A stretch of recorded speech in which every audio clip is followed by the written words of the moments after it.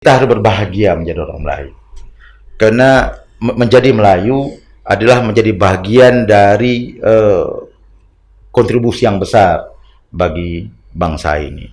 Kita pernah memiliki sebuah zaman yang baik, sebuah zaman keemasan. Tapi sebuah zaman yang baik, sebuah zaman keemasan, dia tidak bertahan dengan lama kalau orang Melayu atau sebuah etnis itu tidak mampu mempertahankan dengan sebuah kerja keras yang dilakukan secara berkesinambungan.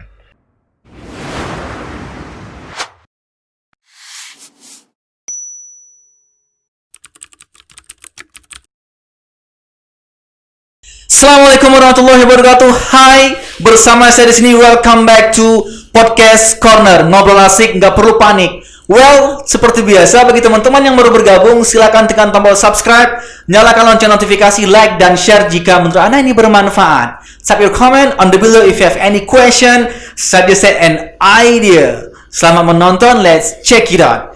Well, teman-teman, baiklah, hari ini kita berkesempatan untuk ngobrol bareng Bapak Syaukani Al-Karim. Ya. Halo Pak, Assalamualaikum Pak. Waalaikumsalam warahmatullahi wabarakatuh. Waalaikumsalam. Oke Pak, apa kabar Pak? Kabar sehat, alhamdulillah. Alhamdulillah. Tapi sesuai dengan kondisi COVID ya Pak ya? Tetap jaga jarak sesuai dengan kondisi COVID. Social distancing, physical distancing. Ya. Oke. Kebetulan ini kan sekarang lagi naik lagi nih Pak, gelombang kedua. Ya.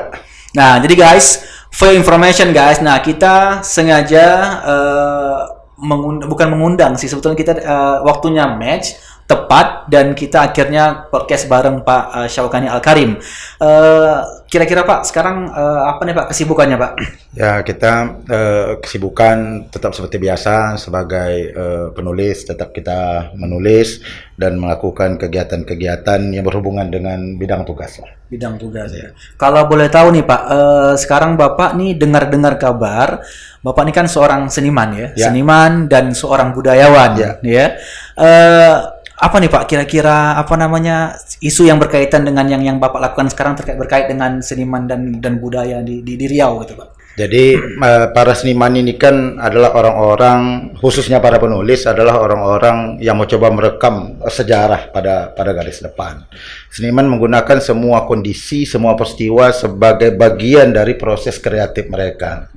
Makanya kita melihat bahwa bagaimana seniman memberikan peran kepada negeri ini, kepada bangsa ini dalam memberikan informasi-informasi tentu dengan gaya seniman tentang hal-hal yang berlaku di dalam masyarakat. Seniman merekam peristiwa-peristiwa penindasan, seniman merekam peristiwa-peristiwa kegembiraan masyarakat, juga air mata yang tumpah di tengah masyarakat itu juga tidak luput dari pengamatan para seniman.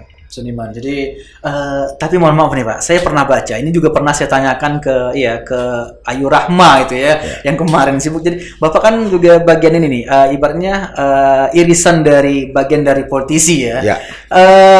Saya ada pernah membaca bahwa sebuah negeri itu dibangun oleh seorang sastrawan atau seniman dan dikacau balaukan dengan seorang politisi Pak. Nah, itu gimana tuh Pak? Jadi memang ada sebuah kalimat menarik dari John Fitzgerald Kennedy yang mengatakan bahwa andai seorang seniman, para penyair mau menjadi politisi atau seorang politisi mau bersahabat dengan seniman, maka kita masih bisa bermimpi tentang sebuah dunia yang lebih baik. Para seniman selalu mencoba mengetengahkan hal-hal yang maslahat di dalam kehidupan manusia. Kita juga tidak terlalu adil untuk mengatakan bahwa sebuah dunia yang baik itu dikacaukan oleh para politisi. Tentu dalam semua aspek kehidupan manusia, semuanya memiliki potensi untuk membuat segala sesuatu menjadi lebih baik atau segala sesuatu menjadi lebih buruk. Seorang politisi yang baik tentu akan melakukan sebuah ikhtiar bagaimana kehidupan dunia sekelilingnya menjadi lebih baik. Tapi tentu dengan melakukan koneksi-koneksi yang ketat dengan dunia-dunia sekitarnya. Seperti yang disampaikan oleh John F. Kennedy, bagaimana mereka menyaring semua kehidupan ini secara baik dan kemudian itu mereka tuangkan di dalam pikiran, di dalam tindakan dan kebijakan-kebijakan politis yang mereka lakukan terhadap bangsa dan negara. Jadi, saya dapat mau ngambil kesimpulan bahwa artinya ketika politik itu bersandingan dengan seniman, maka akan menghasilkan suatu hal yang luar biasa. Sebetulnya semua bidang kerja, tapi kalau kita hendak bicara politisi di sini, mereka tidak mesti bersandingan dengan para seniman, tapi mereka mengambil intisari dari kearifan dunia seni, kearifan dunia kebudayaan, dan itu kemudian mereka jadikan sebagai salah satu tiang agung bagi mereka ketika mengambil tindakan. Nilai-nilai kebaikan, nilai-nilai kearifan, kehalusan budi dari peristiwa kesenian dan kebudayaan itu mereka jadikan pakaian yang lain lah bagi mereka dalam menghadapi situasi bangsa kita. Oke, luar biasa. Baru pertama saja udah luar biasa nih filosofi Bapak Syahgani.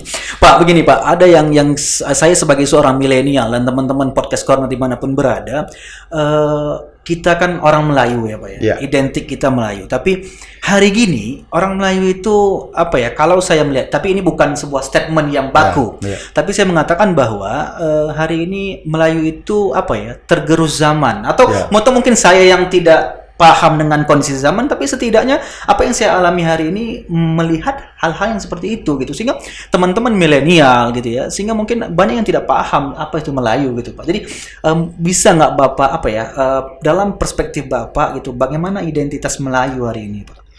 Jadi begini, kita hari ini sedang berhadapan dengan sebuah perang yang lain.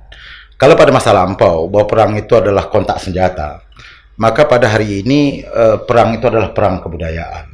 Bagaimana kebudayaan-kebudayaan yang berada di luar kebudayaan Melayu itu selalu coba mempengaruhi orang-orang yang hidup di dalam kebudayaan Melayu agar mengikut di dalam pola dan cara hidup mereka. Dan tentu saja perang kebudayaan ini harus dihadapi dengan kemampuan memahami tentang kebudayaan kita sendiri. Tapi yang terjadi hari ini adalah bahwa sebahagian besar dari kita, khususnya anak-anak muda, kaum milenial, mereka tidak memiliki bekal yang cukup dalam menghadapi serangan yang ada. Dari tangan mereka, pada hari ini mereka bisa mengimpor kebudayaan Korea, kebudayaan Eropa, kebudayaan Amerika, dari mana saja. Dengan kekuatan teknologi informasi, semua kebudayaan yang ada di serata dunia ini menyerang anak-anak muda Melayu, sehingga mereka menjadi sebahagian mereka menjadi makhluk yang terombang-ambing karena mereka tidak dibekali dengan pondasi kebudayaan yang sangat kuat. Sehingga kita melihat banyak dari kaum milenial, dari anak-anak muda yang sama sekali yang tidak memiliki pengetahuan tentang kebudayaan mereka sendiri, tentang diri mereka sendiri, mereka menjadi terpengaruh dan ikut-ikutan dengan kebudayaan yang lain. Sehingga mereka ingin menjadi orang Korea, mereka ingin menjadi orang Jepang, tapi yang menjadi orang Eropa, tapi yang menjadi orang Eropa hanya rambutnya saja. Makannya tetap makan dengan cara Melayu, kan? Jadi ini yang kita sebut dengan kekalahan kebudayaan. Bahwa anak-anak muda kita semakin hari semakin tergerus. Mereka tidak memahami dari mana mereka datang, kemana mereka harus melangkah, dan apa tujuan akhir yang hendak mereka capai sebagai makhluk kebudayaan Melayu. Oke Pak, tapi sebetulnya nilai Melayu yang terkumpul ya. Oke, kita bukan sini tidak bicara tentang etnosentrisme ya Pak. Tapi contoh kalau kita mendengar bahwa orang Jawa itu, siapa sih orang Jawa itu orang Jawa itu kalau apa-apa kerjanya keras gitu ya. Nah, orang Batak itu punya karakteristik yang keras gitu ya. Nah, saya belum mungkin itu tadi saya katakan saya yang belum memahami, tapi apa sih nilai yang menjadi dasar orang Melayu itu Pak? Jadi begini, seringkali ada ungkapan-ungkapan di tengah masyarakat bahwa ketika kita berbicara tentang saudara kita suku Jawa, mereka berbicara tentang kerja keras. Ketika kita berbicara tentang saudara kita orang-orang Minangkabau, mereka berbicara tentang lika-liku bisnis. Tapi ketika berbicara tentang orang Melayu, mereka berbicara tentang sesuatu yang sangat negatif. Misalnya etos kerja yang lemah, toleransi yang rendah, ya misalnya kan. Padahal hal yang sebenarnya tidak demikian. Mengapa orang Jawa, suku Jawa, kalau kita berbicara subetnis bangsa kita, dan semuanya sebetulnya kan hal-hal yang selalu ada hal-hal yang buruk pada setiap suku bangsa, selalu ada hal-hal yang baik pada setiap suku bangsa. Tapi kalau ketika kita ingin membicarakan Melayu, mengapa hal-hal yang disebutkan itu terjadi? Karena banyak pada hari ini orang-orang Melayu sesungguhnya gagal menjadi orang Melayu. Orang Melayu itu adalah rajin. Ketika orang Melayu tidak rajin, mereka sesungguhnya adalah orang Melayu yang gagal menjadi orang Melayu. Ketika orang Melayu itu berani. Ketika kaum muda Melayu ini tidak memiliki keberanian, maka sesungguhnya mereka adalah generasi muda yang gagal menabalkan diri mereka sebagai orang-orang Melayu. Kalau kita membaca sejarah misalnya, bagaimana dengan keberanian orang-orang Melayu? Orang-orang Melayu, anak-anak muda Melayu masa lampau, mereka merupakan garda terdepan dalam memperluas Imperium Melayu. Ada sejumlah kerajaan besar yang terbentang dari Palembang, dari Kuantan sampai ke Siantan. Ada Indragiri, ada Siak Sindapura, ada Johor, ada Pahang, ada Terengganu, ada Lingga, ada Daik Lingga, ada Siak Sindapura, ada Kuntu Darussalam misalnya, ada Kandis, Gati dan seterusnya. Dan kerajaan-kerajaan yang banyak dan tersebar itu tidak mungkin dibangun oleh orang-orang Melayu yang pemalas dan penakut. Misalnya kita berbicara Melaka. Melaka pernah menjadi pusat perdagangan internasional. Dan tidak mungkin Melaka menjadi pusat perdagangan internasional itu dibangun oleh putra-putra Melayu yang tidak memiliki keberanian, yang tidak memiliki etos kerja yang tinggi. Sebab kalau mereka tidak memiliki etos kerja, tidak mungkin terbangun imperium yang demikian besar. Kalau hari ini terjadi pembalikan, apa sesungguhnya yang terjadi? Karena sebahagian kita tak mampu menunjukkan bahwa kita adalah Melayu yang sebenarnya seperti yang ditunjukkan oleh generasi Melayu yang terdahulu. Bagaimana kita membela identitas, tapi kita juga membela negara, gitu Pak? Jadi begini, kita harus memahami apa itu beda antara nation dengan state. Jadi Malaysia sebagai sebuah negara, Indonesia sebagai sebuah negara itu tentu berbeda, ya kan? Berbeda. Tapi sebagai sebuah bangsa, di Malaysia, orang Malaysia menyebutnya ada bangsa Cina, ada bangsa Jawa, ada bangsa Melayu, ada bangsa Keling misalnya Malaysia. Itu mereka bagian dari nation. Begitu juga di Indonesia. Indonesia ini semua suku bangsa ada. Apalagi kalau kita hendak berbicara Melayu dalam sebuah konteks yang lebih besar, bahwa kita adalah Melayu, ya kan? Nah, menjadi Melayu itu kan tidak mesti kehilangan rasa nasionalisme. Menjadi seorang Melayu yang baik, melakukan tugas kemelayuan, bertindak sebagai orang Melayu, melakukan keberanian sebagai orang Melayu, bersikap dermawan sebagai orang Melayu, memberikan toleransi yang hebat sebagai orang Melayu, itu sama dengan kita memberikan kontribusi kepada perjalanan bangsa ini. Jadi tidak perlu ada kekhawatiran bahwa menjadi Melayu kita akan dicap untuk tidak nasionalisme. Nasionalisme itu tidak bercerita tentang apa suku bangsa kita, tapi bercerita tentang apa yang kau berikan kepada negara. Ketika kaum muda Melayu, anak-anak milenial Melayu mampu memberikan sumbangsih kepada negara ini, maka merekalah kaum nasionalis yang sesungguhnya. Tapi dari manapun suku bangsa, kalau mereka tidak memberikan peran yang besar terhadap negara ini, sesungguhnya mereka bukan nasionalis. Nasionalis itu bukan diukur dari mana mereka datang, dari suku bangsa apa mereka, tapi seberapa jauh bakti untuk negeri ini mereka sumbangkan dari zaman ke zaman. Jadi dengan demikian, karena tadi Bapak mengatakan bahwa kontribusi, berarti yang pernah kita baca bahwa ketika Raja Siak memberikan berapa golden tuh Pak? Saya lupa itu. 13 juta golden. 13 juta golden ke NKRI, itu adalah perjuangan Pak. Ya. Jadi kita melihat anak-anak muda Melayu harus berbangga bahwa kemelayuan adalah bagian integral dari keutuhan bangsa ini. Bahwa kehadiran Melayu sebagai baik itu sebagai etnis, sebagai suku bangsa maupun sebagai sebuah karya itu menjadi sesuatu yang merajut bangsa ini. Kita harus memiliki keyakinan bahwa kita adalah bagian yang besar dalam membangun rasa nasionalisme dengan memberikan bahasa Melayu sebagai akar bahasa Indonesia.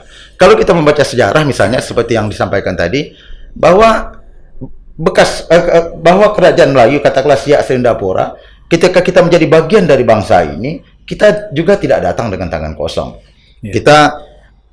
Kalau kita membaca naskah-naskah yang ada, bahwa kerajaan Siak Sindapura masuk ke Indonesia dengan membawa 10 provinsi yang eksotik. membawa Apa saja tuh, Pak? ada dulu di Siak Sindapura itu ada 10 provinsi. Ada Provinsi Negeri Bukit Batu, Provinsi Negeri Tapung Kiri, Provinsi Negeri Tapung Kanan, Provinsi Siak Sindapura, Provinsi Negeri Pekanbaru, Provinsi Bangko, Provinsi Kubu, Provinsi Tanah Putih, Provinsi Tebing Tinggi, Provinsi Merbau, dan ada 2 daerah jajahan sebelah hulu dan sebelah barat. Kita memberikan sumber daya yang sangat luar biasa kepada bangsa ini sebagai sebuah itikat baik untuk menjadi satu dalam Indonesia yang besar. Nah, ketika kita membicarakan itu, kita bukan membicarakannya dengan kejumawaan, bukan dengan kesombongan, tapi itulah bagian yang tak terpisahkan dari sumbangan orang-orang tanah Melayu kepada bangsa ini.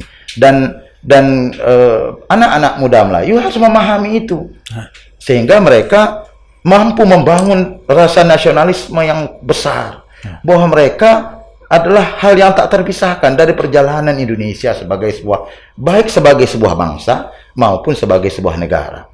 Jadi kalau mereka mengetahui sejarah ini, loh, kami ini sesuatu yang tak terpisahkan, maka ketika mereka sadar bahwa mereka ada bagian integral dari bangsa ini, maka mulai hari ini mereka harus bergegas untuk memberikan sumbangan-sumbangan berikutnya melalui karya-karya berkelas, sehingga perjalanan bangsa ini menjadi lebih baik dan lebih mulia dalam pergaulan dunia internasional pada masyarakat.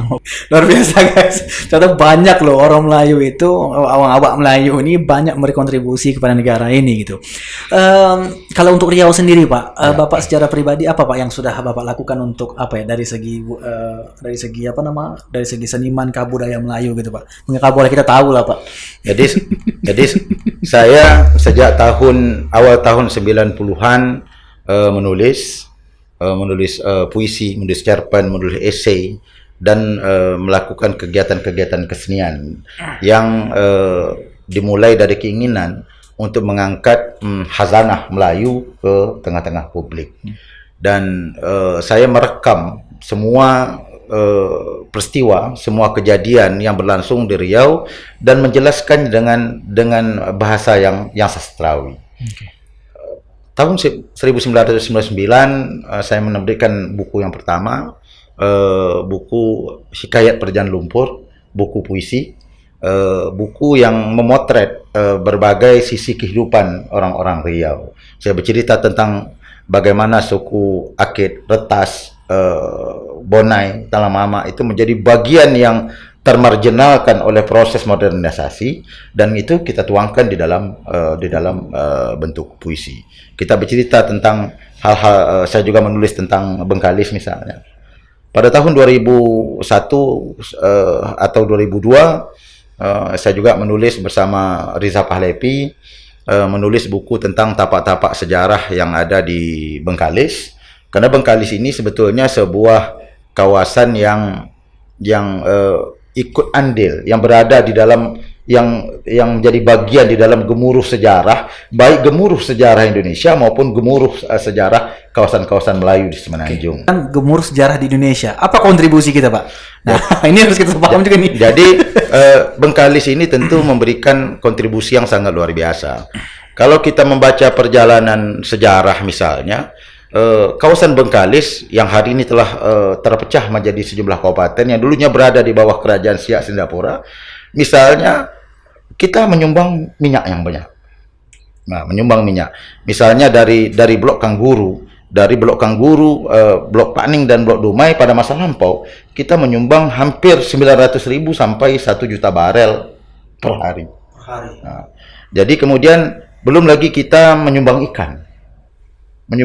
Bahkan Bengkalis ini tercatat, misalnya kalau kita membaca buku laporan Departemen Penerangan Sumatera Tengah tahun 50-an sebelum Riau menjadi provinsi sendiri, bagaimana ikan terubuk menjadi komoditi ekspor yang berperan memberikan kekuatan finansial dalam pembangunan Sumatera Tengah misalnya. Yang sekarang tentu jumlahnya semakin lama semakin berkurang. Kemudian kayu kayan yang ada di Bengkalis pada masa lampau. Bengkalis ini dulu pernah menjadi pusat perdagangan. Dan semua hasil-hasil dari berbagai tempat yang ada di seputar Bengkalis dulu diperdagangkan di tempat ini. Jadi kalau kita membicarakan kontribusi Bengkalis, Riau bagi keindonesiaan ini tentu cukup besar, tanpa kita menafikan juga kontribusi kawasan-kawasan lain bagi Indonesia. Bahwa Indonesia ini memang dibangun dari kesamaan langkah, dari societal cohesiveness, dari keterpaduan semua suku bangsa, semua etnik, semua wilayah, dan ini yang kemudian membawa Indonesia sampai pada zaman seperti sekarang ini. Tapi sebagai warga Bengkalis, sebagai warga Riau, kita jangan berkecil hati. Sumbangan kita besar, kita bangga.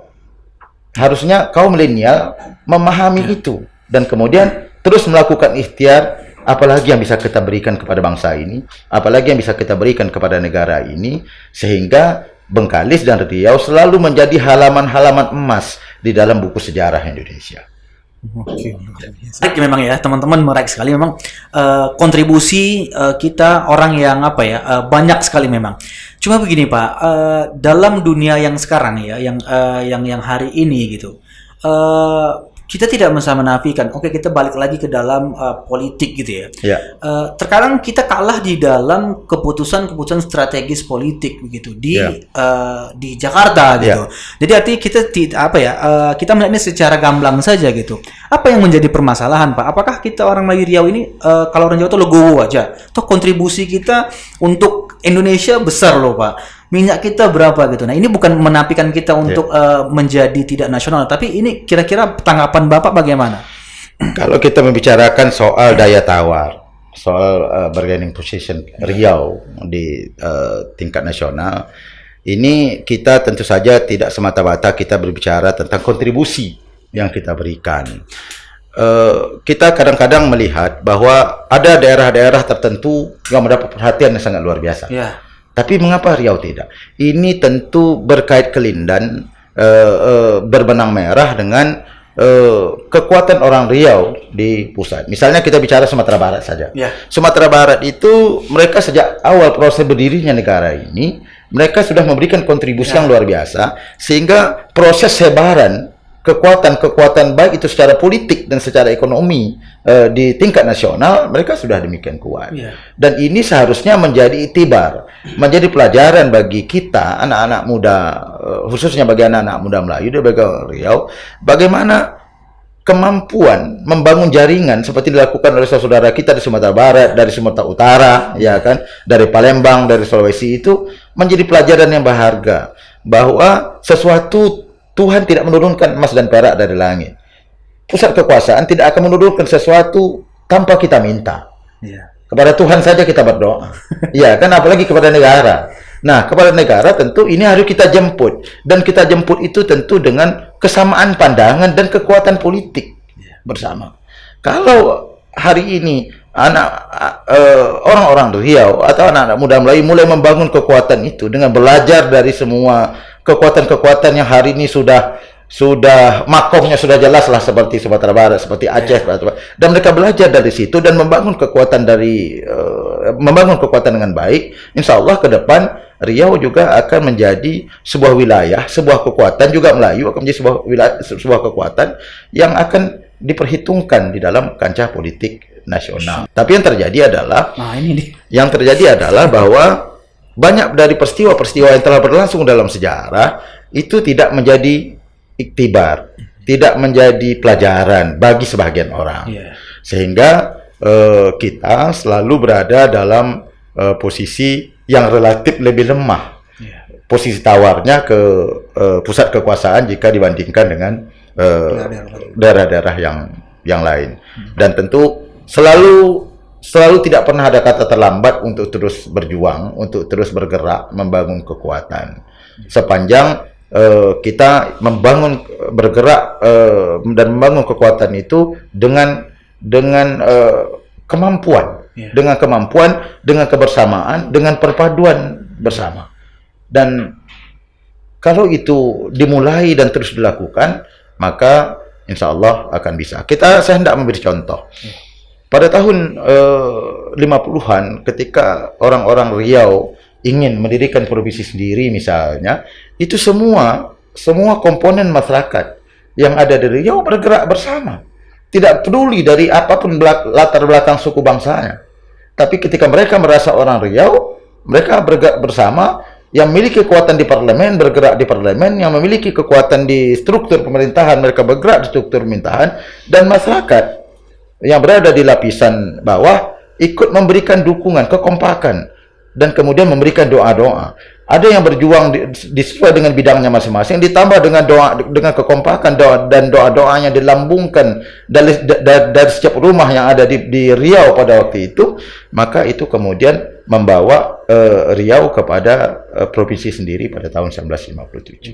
Dan kekuatan kebersamaan, kekuatan membangun jaringan yang baik itu pernah dibuktikan pada masa lampau, dan mengapa itu tidak dilakukan lagi pada masa berikutnya.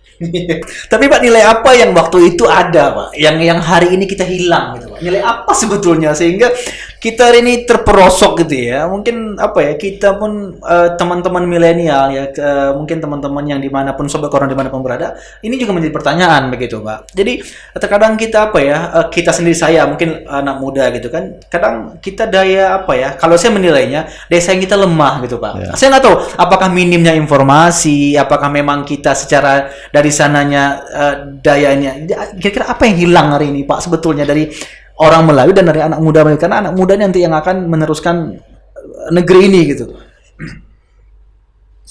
Ada sebuah kata yang menarik dari Thomas Stan Eliot, sastrawan pemenang hadiah Nobel, bahwa anak manusia itu tidak dapat, seorang anak manusia itu tidak dapat lari dari tradisi yang mengasuhnya. Mengapa hari ini terjadi pembalikan, melemah, ya kan? Itu karena kita tidak lagi hidup dengan tradisi yang mengasuh. Kita tidak mampu lagi untuk menjadi orang Melayu dalam arti yang sebenarnya. Kalau kita mampu menjadi orang Melayu dalam arti yang sebenarnya, maka kita akan kerja keras, karena perintah di dalam tunjuk ajar Melayu meminta kita bekerja keras. Perintah di dalam tunjuk ajar Melayu meminta kita untuk memiliki keberanian. Perintah di dalam tunjuk ajar Melayu meminta kita untuk menuntut ilmu dengan baik, ya kan? Mengapa ini tidak terjadi? Karena kita gagal menjadi Melayu secara seutuhnya. Sementara kawan-kawan saudara kita, mereka menjaga kekuatan kebudayaan itu di dalam diri mereka. Orang-orang, misalnya kalau kita belajar tentang Jepang misalnya, orang Jepang kembali kepada semangat Bushido, kepada semangat para kesatria mereka pada masa lampau. Mereka hidup dengan jalan pedang. Mereka menjaga kehormatan, mereka menjaga kedermawanan, mereka menjaga toleransi, mereka menjaga keberanian mereka. Sehingga Pak, setelah bom atom dijatuhkan di Hiroshima dan Nagasaki, mereka cepat bangkit. Karena mereka, dalam diri mereka ada kekuatan yang sangat luar biasa, yaitu kekuatan yang diajarkan oleh kebudayaan yang ada di dalam diri mereka. Dan kita itu yang hari ini lepas luncas, sesuatu yang pergi terbang dari dalam diri kita, sehingga ketika terjadi persoalan semacam ini, kita tak tahu dari mana kita harus memulai. Sementara kita tidak memahami tunjuk ajar dan perintah yang ada di dalam kebudayaan kita sendiri.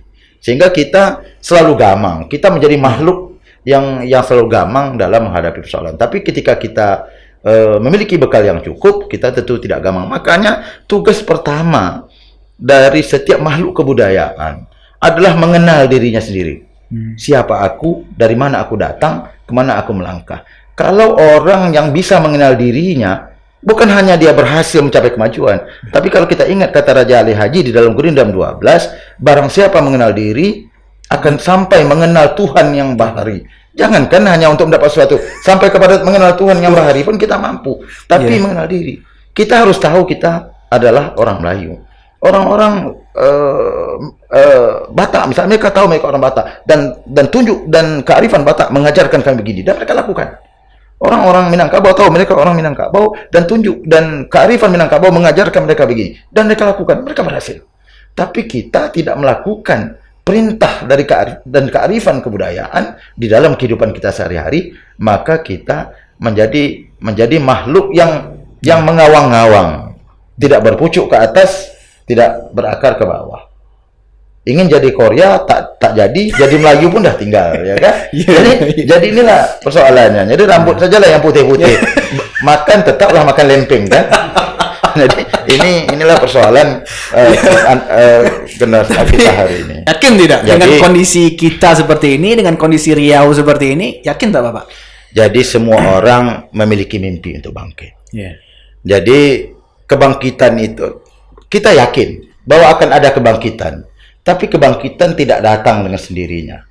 Bahwa kebangkitan itu hanya akan datang kalau generasi anak-anak muda, kaum milenial pada hari ini menyadari bahwa hanya dengan bangkit mereka mendapatkan sesuatu.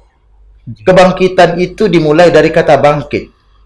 Bangkit dirinya, tebus kesalahannya, tebus ketakutannya, ya, tebus pemahamannya. Kalau itu mampu mereka tebus, kalau kemudian mereka bekerja keras, kita yakin kebangkitan itu akan datang. Sebab kebangkitan itu tidak datang dengan sendirinya. Kebangkitan itu datang dari kerja keras. Dari kerja keras yang sangat besar. Dari kekompakan yang sangat besar. Dari mengilmui sesuatu secara baik. Ya kan? Dari situ datang kebangkitan. Dan tidak ada sejarah kebangkitan di atas dunia tiba-tiba dia menjadi hebat, menjadi bangkit, menjadi metropolitan, menjadi super di dalam pergaulan dunia. Tidak ada. Bahwa semua itu harus selalu ada angka pertama, selalu dimulai dari 1, selalu dimulai dari 2. Dan untuk memulai 1 dan 2 itu, keinginan untuk bangkit harus tumbuh dari dalam hati anak-anak muda Melayu. Apa yang bisa kita buat sebagai orang Melayu nih Pak? Kalau kita anak-anak muda nih, mungkin bagian apa ya, ibaratnya apa yang harus kami buat Pak? Bagi orang-orang Melayu atau contoh nyata gitu. Apakah mulai mencintai musik Melayu? Apakah mulai berbahasa Melayu? Karena menurut saya begini Pak, orang Melayu itu tanjak gitu. Karena yang saya tahu Pak, tanjak itu tidak sembarang pakai loh Pak. Kalau setahu saya lah dulu ya gitu. Tapi menurut Bapak macam mana tuh Pak? Apa yang bisa kita secara real, saya dan teman-teman sobat koran dimanapun berada, apa yang harus kita lakukan langkah awal untuk secara biar ini bisa bangkit semangat kita? Itu bisa dilakukan. Jadi hal pertama yang dilakukan itu pelajari. Okay. Pelajari persoalan. Sebab hanya dengan mengetahui persoalan secara baik, kelemahan kita secara baik, maka kita tahu kemana, apa yang nak lakukan dan kemana kita melangkah. Bahwa pondasi besar, kalau kita membaca Nietzsche misalnya, bahwa pondasi besar dari kebangkitan satu zaman umat manusia itu adalah ketika persoalan diri mereka, persoalan kebudayaan itu selesai. Maka kalau kita melihat piramida pembangunan itu, maka pondasi di bawah itu adalah kebudayaan. Perkuat diri. Kalau setiap anak muda memperkuat dirinya, maka kita akan punya ribuan anak muda yang kuat. Kalau setiap perempuan Melayu memperkuat dirinya, maka kita akan punya ribuan perempuan Melayu yang kuat.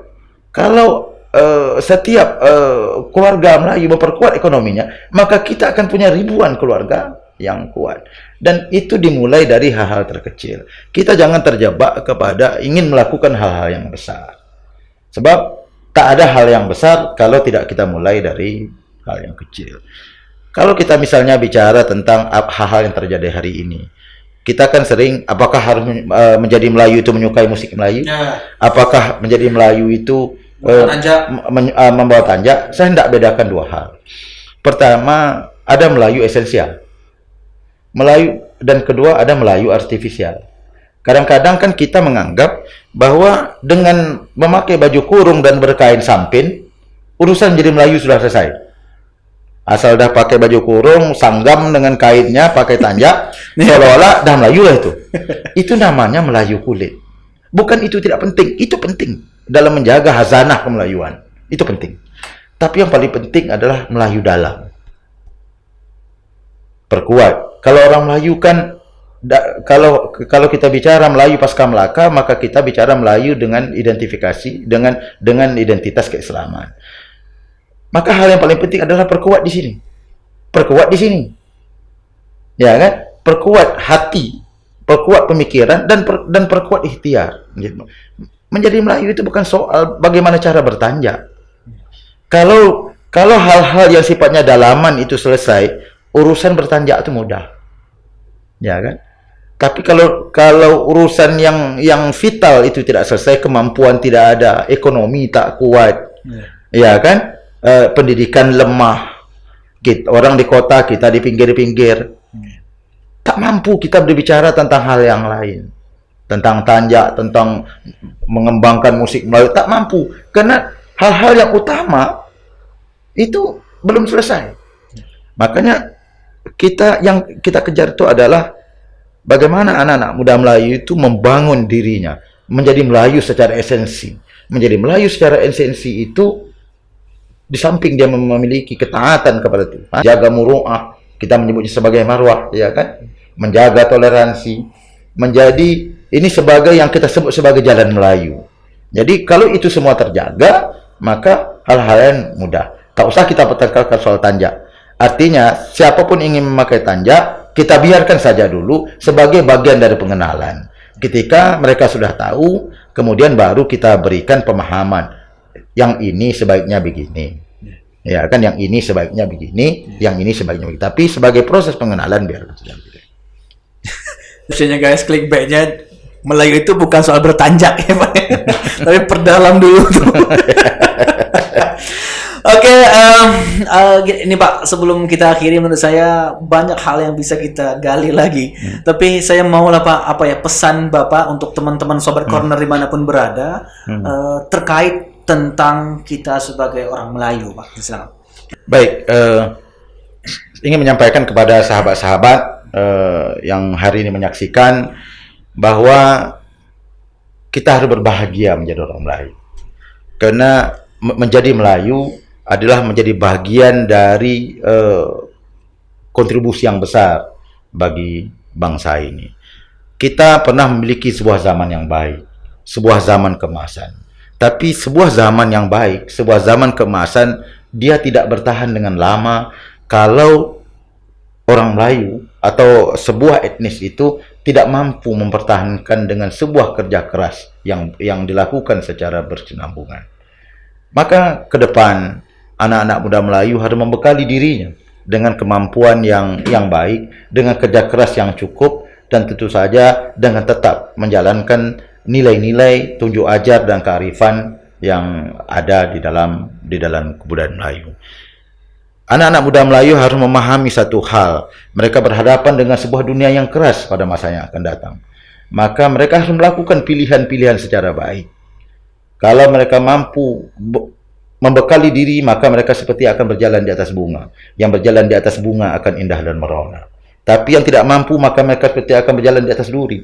Yang berjalan di atas duri akan luka dan berdarah. Yang berjalan di atas api akan angus dan terbakar. Kita tinggal memilih ingin menjadi apa. Segala sesuatu yang kita petik itu tergantung dari apa yang kita tanam. Kalau hari ini anak-anak muda Melayu tidak mau berikhtiar dan menyemai kesalahan secara terus-menerus, yakinlah kalau kita menanam bibit api, maka kita akan memetik buah yang menyala. Oke, luar biasa. Salut, memang luar biasa Pak. Oke, guys, teman-teman Sobat Corner dimanapun berada, banyak hal yang bisa kita pelajari dari ayahanda kita ini, dari kakanda kita ini, dari seniman kita ini, dan saya berharap akan ada waktu-waktu yang lain ya kita bisa ngobrol lagi Pak, kita bisa bercakap lagi, bisa bersembang lagi. Baik. Karena memang waktu juga singkat gitu kan Pak, karena kesibukan Bapak juga dan sebagainya, dan saya berharap sangat-sangat selalu tunjuk ajar Pak. Untuk kami, untuk teman-teman kru Sobat Corner dan dimanapun berada, teman-teman Corner dimanapun berada, harapannya semoga ini menjadi sebuah pemantik bagi teman-teman dimanapun berada. Sekali lagi saya mengucapkan ribuan terima kasih Pak, terima kasih ya Pak. Oke, terima kasih teman-teman Sobat Corner dimanapun berada. Itulah tadi ngobrol sedikit dengan Pak Syaukani Al-Karim. Sekali lagi kami ingatkan, jangan lupa subscribe, jangan lupa like dan share, dukung kami terus karena kami akan terus mengabarkan, memberikan informasi yang terbaik untuk teman-teman Indonesia. Karena kita orang Melayu juga harus berkontribusi terhadap negeri yang kita cintai ini. Sampai jumpa di lain episode. Hasta la vista, baby.